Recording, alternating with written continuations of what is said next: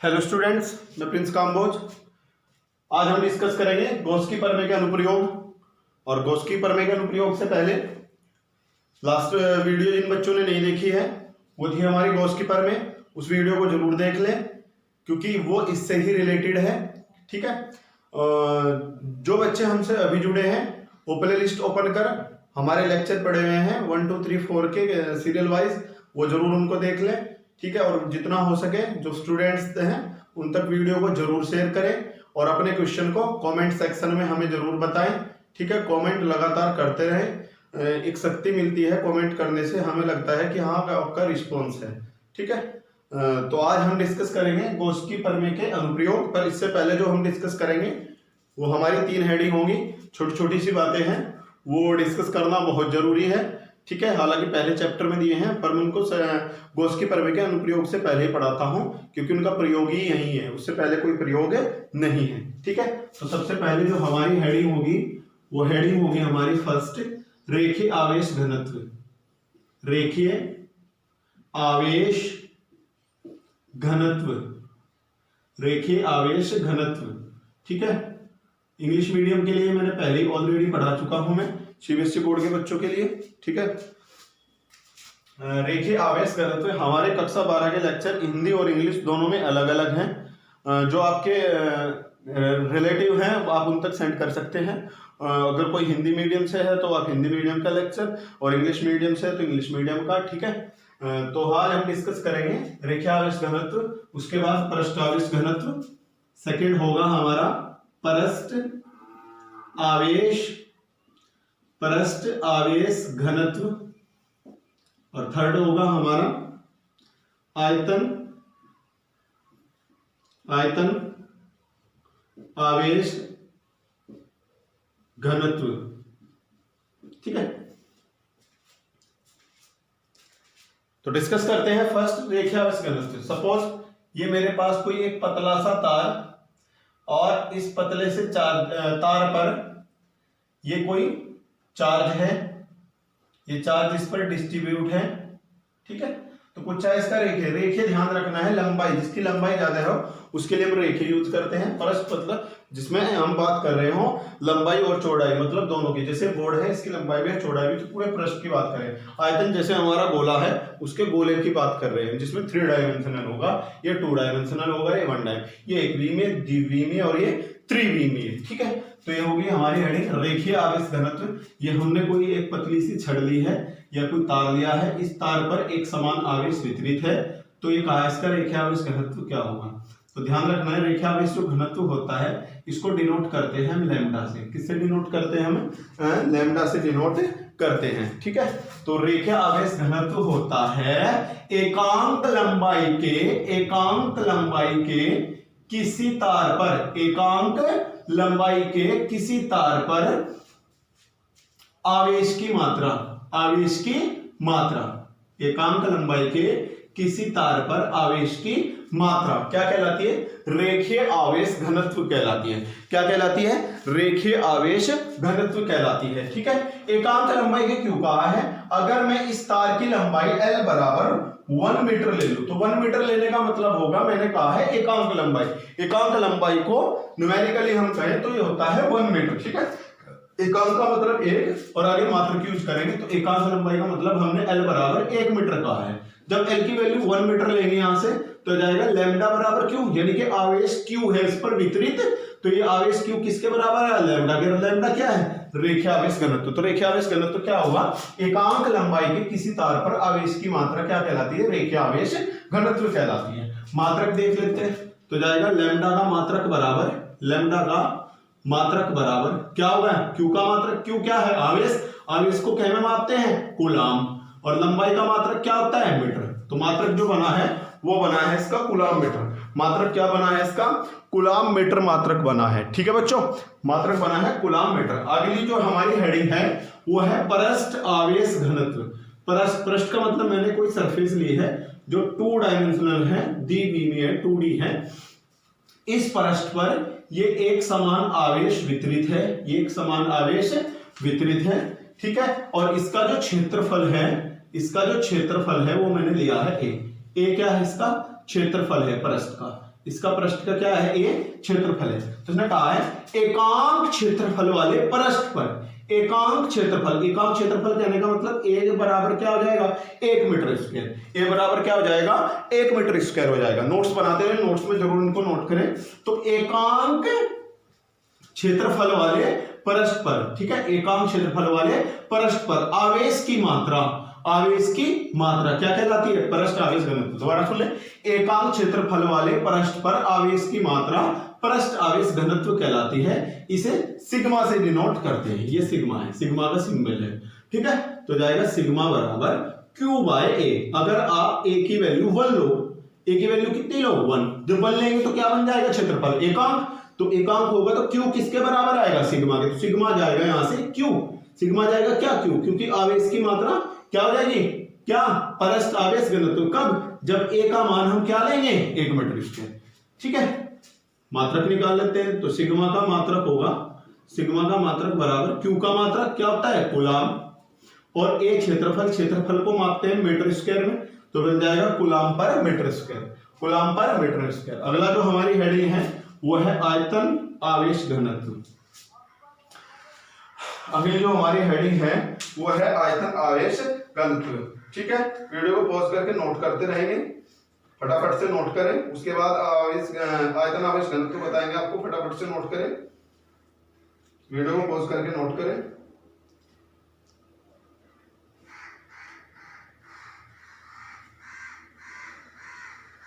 ठीक है, वीडियो को पॉज करके नोट करते रहें, वीडियो को पॉज करके नोट करें।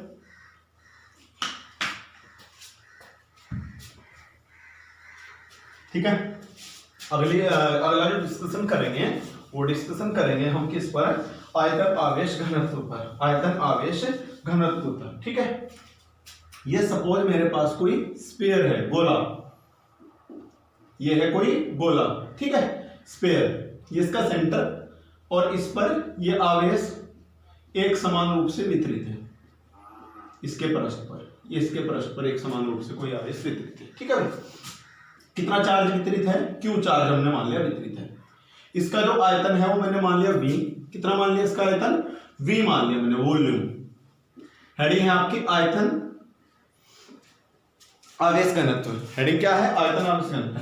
तो जैसे लंबाई के लिए एकांक लंबाई, पृष्ठ के लिए एकांक क्षेत्रफल, और आयतन के लिए एकांक आयतन, एकांक आयतन वाले किसी पृष्ठ पर, एकांक आयतन वाले किसी पृष्ठ पर आवेश की मात्रा, आवेश की मात्रा क्या कहलाती है, आयतन आवेश घनत्व कहलाती है, जिसे हम रो से डिनोट करते हैं। किससे डिनोट करते हैं, जिसको हम रो से डिनोट करते हैं, ठीक है, इसको हम रो से डिनोट करते हैं। तो जाएगा rho is equals to V by sorry Q by A, Q by A sorry Q by V, Q by we.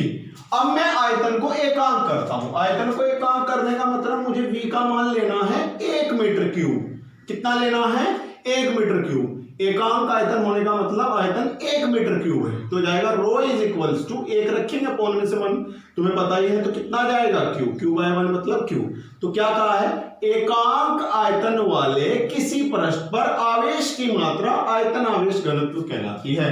मात्रक निकाल लेते हैं, रो का मात्रक बराबर, रो का मात्रक बराबर Q का मात्रक कूलाम, Q का मात्रक कूलाम अपॉन V का मात्रक मीटर क्यूब। तो मात्रक बनेगा इसका कूलाम पर मीटर क्यूब, कूलाम पर मीटर क्यूब, ठीक है। वीडियो को पॉज करके नोट करें। चलिए तो शुरू करते हैं। अनुप्रयोग में हमारा जो फर्स्ट है वो है अनंत लंबाई के एक समान आवेशित सीधे तार के निकट विद्युत क्षेत्र की तीव्रता, ठीक है। हमने एक तार लिया है, ये तार, और अज्यूम क्या है, जिसकी लंबाई है वो अनंत है, जिसकी लंबाई है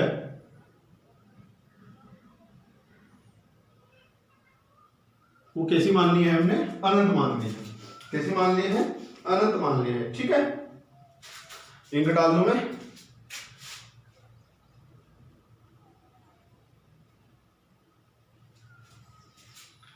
कैसी दी है हमने लंबाई? अनंत दी है। और क्या कहा है इसमें? किस पर? एक समान आवेशित, एक समान आवेशित। ठीक है, ये जो तार है वो एक समान आवेशित है, यानी कि पूरे तार पर एक समान आवेश है। ऐसे इसके निकट कहीं हमें वैद्युत क्षेत्र की तीव्रता ज्ञात करनी है। क्या निकालनी है? इसके निकट कहीं हमें वैद्युत क्षेत्र की तीव्रता। तो हम क्या करते हैं, इस एक अनंत लंबाई के आवेशित तार पर हम कल्पना करते हैं। किसकी कल्पना करते हैं? एक गोशीय पृष्ठ की। और वो हमने लिया है यहां एक बेलन। क्या लिया हमने? कोई सिलेंडर, बेलन लिया है।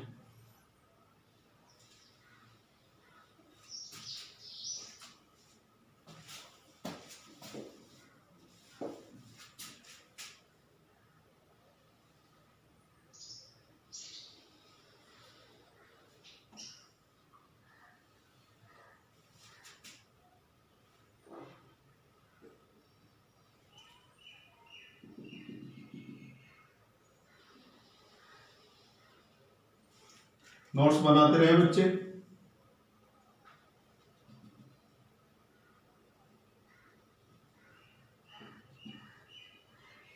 ठीक है, ये लिया हमने कोई बेलन यहां। और इस बेलन तार से ये जो बेलन का सरफेस है वो हमने r डिस्टेंस पर अज्यूम किया है। कितने डिस्टेंस पर? r डिस्टेंस पर। अब तुम्हें पता है ये पृष्ठ है इसका, ये पृष्ठ है, तो यहां भी इसका फ्लक्स होगा, यहां फ्लक्स होगा, यहां फ्लक्स होगा। अब देखना है कि फ्लक्स कहां जीरो होना है और कहां फ्लक्स आएगा। ठीक है, तो एक पृष्ठ हमने यहां लिया है, इसको बोलते हैं गॉसीय पृष्ठ। तो एक छोटा सा भाग, इस छोटे से भाग पर जो इलेक्ट्रिक फील्ड की डायरेक्शन है वो ये डायरेक्शन है इलेक्ट्रिक फील्ड की ई की। और तुम्हें पता है एरिया जो वेक्टर होगा वो हमेशा ही पृष्ठ के कैसा होता है? परपेंडिकुलर। तो है एरिया वेक्टर डीए जो ई के परपेंडिकुलर है। ठीक है, सेम यहां एक हमने छोटा सा भाग लिया है गॉसीय पृष्ठ पर, ये ई की डायरेक्शन है, ये डी ए की डायरेक्शन है। ठीक है, और थीटा बराबर इसमें कितना है? 90 डिग्री। यहां भी थीटा कितना है आपका? 90 डिग्री है।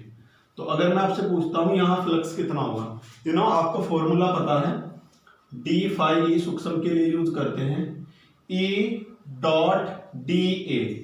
ई डॉट डी ए मैं थोड़ा छोटा छोटा लिख रहा हूं, समझ लें। ई डॉट डी ए इसको क्या कहते हैं? E D A cos theta, और theta equals to 90 degree. So E D A cos 90 और cos 90 जीरो, तो ये पूरा हो जाएगा जीरो। सेम जैसे ऊपर वैसे ही यहाँ नीचे। तो यहाँ जो फ्लक्स होगा वो शून्य होगा, यहाँ भी फ्लक्स क्या होगा? शून्य होगा। अब हम लेते हैं इसके वक्राकार पृष्ठ पर। तो हमने वक्राकार पृष्ठ पे यहां लिया है एक सूक्ष्म सा भाग। इस सूक्ष्म से भाग पर ये ई की डायरेक्शन है, डी ए सॉरी ई की डायरेक्शन है ई वेक्टर इलेक्ट्रिक फील्ड की, और एरिया वेक्टर जो होगा इस पर वो भी इसी डायरेक्शन में होगा, डी ए। दोनों एक ही डायरेक्शन में है। तो यहाँ जो थीटा होगा वो कितना होगा? 0 डिग्री होगा। थीटा कितना होगा? 0 डिग्री होगा। तो इस पृष्ठ पर डी ए और ई एक ही डायरेक्शन में होंगे, यहाँ परपेंडिकुलर होंगे। तो ध्यान रखना है गॉसीय पृष्ठ पर फ्लक्स शून्य आएगा। केवल कौन से पृष्ठ पर आएगा फ्लक्स? फ्लक्स आएगा आपका वक्राकार पृष्ठ पर। ये वक्राकार पृष्ठ है। कैसा पृष्ठ है? वक्राकार पृष्ठ है। वक्राकार पृष्ठ पे ही हम फाइंड आउट करेंगे। तो यहाँ 0, यहाँ 0। ठीक है, अब हम बात करें कि पूरा हम नेट फ्लक्स जो निकालते हैं, किस पूरे का नेट फ्लक्स कितना होना है वो हमें देखना है। किस पूरे का नेट फ्लक्स कितना होगा। ठीक है, नेट फ्लक्स हम निकालेंगे। तो सबसे पहले लिख लें, माना अनंत लंबाई के एक सीधे तार पर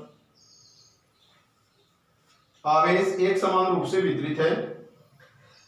आवेश एक समान रूप से वितरित है जिसका रेखीय आवेश घनत्व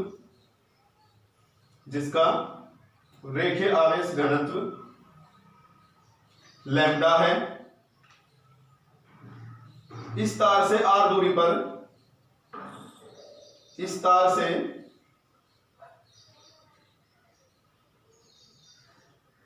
आर दूरी पर इस तार से आर दूरी पर वैद्युत क्षेत्र की तीव्रता ज्ञात करनी है। आर दूरी पर वैद्युत क्षेत्र की तीव्रता ज्ञात करनी है। आर दूरी पर वैद्युत क्षेत्र की तीव्रता ज्ञात करनी है। ठीक है, आर दूरी पर वैद्युत क्षेत्र की तीव्रता ज्ञात करनी है। ठीक है, और हमने कहा जो तार है उसकी लंबाई हमने जो ली है वो ली है हमने एल। कितनी ली है? एल। ये यहां तक की है क्योंकि ये पृष्ठ नीचे ना होकर यहां होता है, ऐसे होते हैं गोल, जैसे इसकी सरफेस है ये वाली। ठीक है, सेम जैसे इसकी सरफेस है ये वाली, इस सरफेस की बात कर रहे हैं। तो ये जो लंबाई है कितनी है? अगर हम बात करें यहां से यहां तक की दूरी, तो ये बेलन की क्या कहलाती है? त्रिज्या। तो त्रिज्या इस त्रिज्या के बराबर होगी। वो त्रिज्या कितनी है? आर। तो हमें पता चल गया जो हमने एक कल्पना की है बेलन की, उसकी लंबाई एल है और त्रिज्या कितनी है? आर। तो आगे लिखेंगे नई लाइन से, आवेशित तार को अक्ष मानकर एल लंबाई तथा आर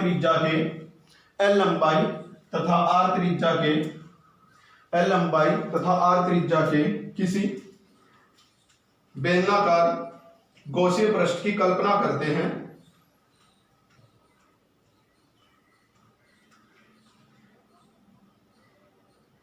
गौसीय पृष्ठ की कल्पना करते हैं जिसके सपाट पृष्ठ S1 S2 तथा वक्राकार पृष्ठ S3 है। तब वक्राकार पृष्ठ S3 है, तब हमें निकालना है क्या?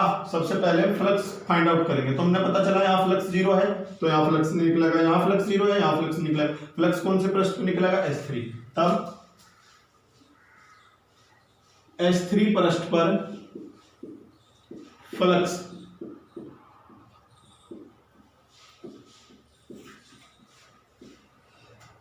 ठीक है। तो यहाँ फ्लक्स निकाल लेते हैं और जो फ्लक्स होगा वो सूक्ष्म से भाग के लिए निकाल लेते हैं इसको पॉइंट P। तो बिंदु S3 पृष्ठ पर वैद्युत फ्लक्स, तो तब बिंदु P पर, तो बिंदु P पे निकाल लेंगे। बिंदु P, ये हमने एक अल्पांशा भाग लिया है और ये अल्पांशा भाग इस आवेश से कितनी दूरी पर है? R दूरी पर है, जहां वैद्युत क्षेत्र की तीव्रता की दिशा और dA दोनों एक ही दिशा में, तो थीटा कितना है? 0 है। तो आपको सभी को पता है वैद्युत flux d phi is equals to, formula होता है E डॉट dA, और E डॉट dA किसके इक्वल होता है? तो जाएगा d phi is equals to, ये इक्वल होता है E dA cos theta. Theta angle होता है E और D के बीच, तो कितना एंगल बना हुआ है? 0 डिग्री, तो जाएगा cos 0, और cos 0 की वैल्यू होती है 1 की मल्टीप्लाई करेंगे तो जाएगा d phi is equals to E dA। कितना जाएगा? E dA कितना आएगा? E dA आएगा, ठीक है। तब हम पूरे के लिए निकाल लेते हैं कि इस पूरे वक्राकार पृष्ठ पर कितना होगा। तब पूरे S3 वक्राकार पृष्ठ पर वैद्युत फ्लक्स कितना वैद्युत फ्लक्स होना है? तो पूरे के लिए निकाल लेंगे तो जाएगा फाई, और यहां से जाएगा इंटीग्रेशन किसके लिए? संपूर्ण के लिए निकाल रहे हैं, संपूर्ण के लिए निकाल रहे हैं तो आ जाएगा डी फाई ई। पूरे के लिए निकाल लो तो फाई इज इक्वल्स टू आ जाएगा, ठीक है। तो आ जाएगा इंटीग्रेशन, डी फाई की वैल्यू है आपके पास कितनी? ई डी ए को बाहर लेंगे तो जाएगा फाई इज इक्वल्स टू, ये जाएगा ई इंटीग्रेशन किसका आएगा? यहाँ से डी ए का इंटीग्रेशन आएगा। किसका इंटीग्रेशन आएगा? यहाँ से डी ए का इंटीग्रेशन आएगा, ठीक है।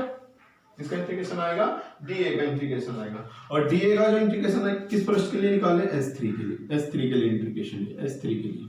अब हमें देखना है dA क्या है। dA आपका होता है क्षेत्रफल। कौन सा क्षेत्रफल होगा, पृष्ठीय क्षेत्रफल होगा। पृष्ठीय क्षेत्रफल किसका है, S3 का। S3 क्या है, ये एक बेलन है और बेलन का जो पृष्ठीय क्षेत्रफल होता है आप सभी ने पढ़ा है, वो होता है 2 पाई RH। R रेडियस होती है और H होती है ऊंचाई। ऊंचाई मतलब मैं इसकी लंबाई की बात कर रहा हूं, तो यहाँ लंबाई कितनी है इसकी L, तो H की जगह L रिप्लेस होगा तो 2 पाई RL हो जाएगा। क्या हो जाएगा, 2 पाई RL हो जाएगा। सो यहां से आ जाएगा फाई इज इक्वल्स टू कितना E। अब हम इसका पृष्ठीय क्षेत्रफल रखेंगे, यहां से ये क्षेत्रफल है। पृष्ठ की बात करें तो पृष्ठीय क्षेत्रफल S3 वाले वक्राकार पृष्ठ का क्या होता है, पृष्ठीय क्षेत्रफल जिसको हम वक्र पृष्ठ भी कहते हैं, क्या होता है 2 पाई RH। H ऊंचाई होती है पर ऊंचाई किसमें बदल रही है, लंबाई में, तो इसलिए H की जगह L रखेंगे तो आ जाएगा यहां से कितना 2 पाई RL, 2 पाई RL।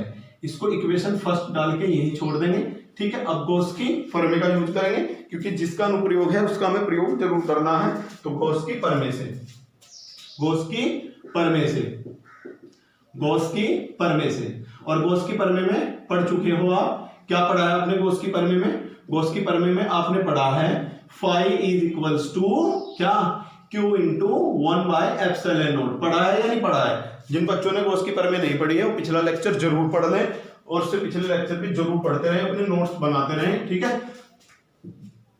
तो जाएगा phi is equals to Q by epsilon nought. और आप सभी को पता है, लास्ट टाइम आपने पढ़ा है, किसी लंबे तार के लिए रेखीय आवेश घनत्व, रेखीय आवेश घनत्व क्या होता है, लैम्डा बराबर Q बाय L। सर आपने कहा था एकांक लंबाई के लिए, हाँ एकांक लंबाई के लिए। बाय द वे लंबाई एकांक नहीं है, लंबाई यहाँ कितनी ली है मैंने, L ली है। कितनी ली है लंबाई, L ली है, तो अपॉन में आएगा L। वहां भी मैंने L लेके ही आपसे समझाया है, ठीक है। अपॉन वाला मल्टीप्लाई में तो Q इज इक्वल्स टू आ जाएगा lambda into L, Q is equals to आ जाएगा लैम्डा इंटू L।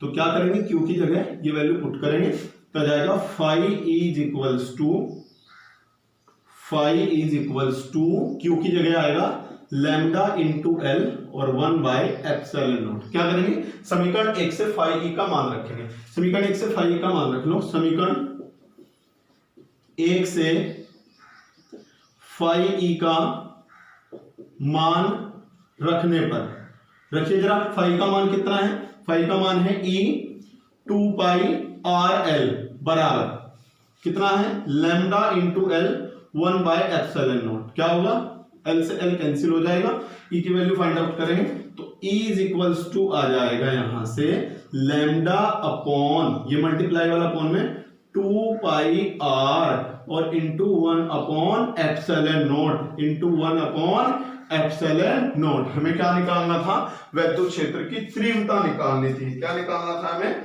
वैद्युत क्षेत्र की तीव्रता निकालनी थी। वही हमने निकाल ली है, वही हमने निकालनी है, ठीक है। वैद्युत क्षेत्र की तीव्रता निकालनी थी, वही हमने इसमें निकाल ली है। अब क्या करेंगे, थोड़ा सा मैकअप इज इक्वल्स टू, इसको हम ऐसे लिख सकते हैं, देखिए देखिए ध्यान से देखिए जरा, 1 upon 2 pi epsilon not, 2 pi epsilon nought lambda by R, lambda by R। मात्रक क्या होता है इसका, मात्रक होता है न्यूटन पर कूलम। अगर इसकी वेक्टर फॉर्म लिखना चाहो तो उसका जो वेक्टर रूप होगा, इसका जो वेक्टर रूप होगा, तो इसका जो वेक्टर रूप होगा वो होगा E vector is equals to 1 upon 4 pi, sorry 2 pi epsilon nought lambda by R into R cap. एकांक वेक्टर आएगा R कैप के लिए, और फिर R यहां से दूरी ना होके क्या में बदल जाता है, विस्थापन में बदल जाता है। किस में बदल जाता है, विस्थापन में बदल जाता है, ठीक है। और अगर आपसे R कैप की दिशा पूछे तो वो R के अनुदिश होती है। किधर होती है, R के अनुदिश होती है। R कैप की जो दिशा होगी वो R के अनुदिश होगी, ठीक है, ठीक है। और ध्यान रखना है, किसी भी धनावेशित तार के लिए E की डायरेक्शन हमेशा ही इसकी त्रिज्यक बाहर की रेडियली आउटवर्ड होती है, और अगर हम बात करें ऋणावेशित तार की तो उसकी रेडियली इनवर्ड यानी कि अंदर की ओर होती है, त्रिज्यत अंदर की ओर होती है। ऋणावेशित तार के लिए, धनावेशित के लिए कहाँ है ये, त्रिज्यत बाहर की ओर है। त्रिज्यत मतलब त्रिज्या, ये वाली त्रिज्या सेम देखो, जितनी यहां से इसका त्रिज्या यहां से, उतनी यहां से, उतनी यहां से। इस पृष्ठ की बात कर रहे थे हम बेलन के लिए, इस पृष्ठ की, ये देख रहे हैं ना, ये सिलेंडर के फॉर्म में है, ये इस बेलन के पृष्ठ की हम बात कर रहे थे। तो ये त्रिज्यत कहाँ होगी, बाहर की ओर। किसके लिए, धनावेशित के लिए। वीडियो को पॉज करके नोट करें, अच्छा टॉपिक है, महत्वपूर्ण है आपके बोर्ड एग्जाम के लिए, इसे अपनी कॉपी में जरूर नोट करें। और जिन स्टूडेंट्स तक वीडियो नहीं जा रही है, आप उन वीडियो को उन स्टूडेंट्स तक जरूर पहुंचाएं, ठीक है। एक बात और मैं कहना चाहता था आपसे कि जिन बच्चों ने, जो आपके बड़े भाई बहन हैं या फिर रिलेटिव हैं, वो अगर कंपटीशन की तैयारी करना चाहते हैं तो कंपटीशन के लिए हमारा ही एक दूसरा चैनल है, वो है सरस्वती कोचिंग सेंटर के नाम से, और उसका लिंक आपको डिस्क्रिप्शन में नीचे मिल जाएगा, ठीक है। आप उस चैनल पर जाएं, चैनल से आप जरूर पढ़ें। एक अच्छा और बहुत अच्छा आपसे वहाँ मैथमेटिक्स, रीजनिंग, हिंदी और एक जीके और साइंस की क्लास लगातार चल रही है, ठीक है। उसको चैनल को आप अपने जो कंपटीशन की तैयारी कर रहे हैं आपके भाई बहन, यूपीएससी, रेलवे, ईटीसी बहुत सारे हैं, ठीक है, आप उन तक जरूर उस चैनल को शेयर करें, ठीक है। जितना हो सके जरूर उस चैनल को जितना हो सके शेयर करें, क्योंकि वो चैनल भी आपको एक अच्छा मार्गदर्शन दिखाने के लिए ही बनाया गया है। जैसे हमारा चैनल है वैसे ही वो भी चैनल है। तो आप उस YouTube चैनल को ओपन कर और जो बच्चे कंपटीशन की तैयारी कर रहे हैं उन बच्चों तक जरूर शेयर करें, ठीक है। ये केवल आपके लिए 5 मिनट का काम है कि हम वीडियो को शेयर करें, लाइक करें, ठीक है, और कमेंट सेक्शन में अपना क्वेश्चन जरूर बताएं। जिन बच्चों के पास मेरा पर्सनली नंबर है वो मेरे पर्सनल नंबर पर मुझे व्हाट्सअप कर दे क्वेश्चन, अगली ही वीडियो में उसका क्वेश्चन सोल्व होगा। किसी की कोई प्रॉब्लम हो तो वो भी बताएं, उस पर डिस्कशन अगली ही वीडियो में होगा, ठीक है। पर ध्यान रखना है, हमारा जो नया चैनल है सरस्वती कोचिंग सेंटर के नाम से, उसको भी जरूर शेयर करें।